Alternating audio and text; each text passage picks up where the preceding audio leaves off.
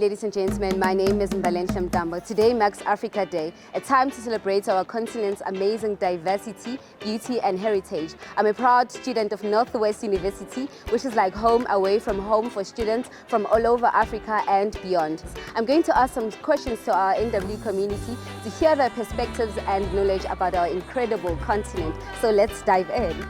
What are some common misconceptions about Africa that you would like to correct? Humans were one with animals, like wild animals.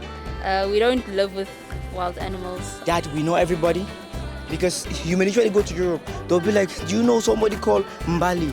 I mean, it's Africa, there are a lot of countries. You don't expect me to know everybody. It's that we don't have water, or we live in huts. Africa is not as poor as people make it out to be. They come here for vacations, but yet they still think... Exactly. What makes Africa unique and special? It's the natural resources. Remember, in terms of natural resources, gold, diamond, platinum. Our different backgrounds, how we are different, but also how we can stand together. How we, so far in life, managed to keep our roots secret.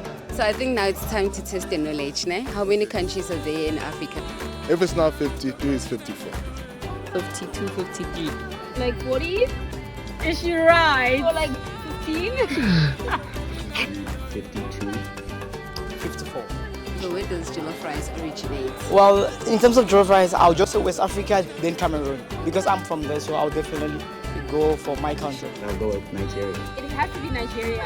By far. Literally. It's from Senegal. So which country in Africa has 13 months? 13 months. Ethiopia? Ethiopia. It's Ethiopia. I'm gonna say Kenya.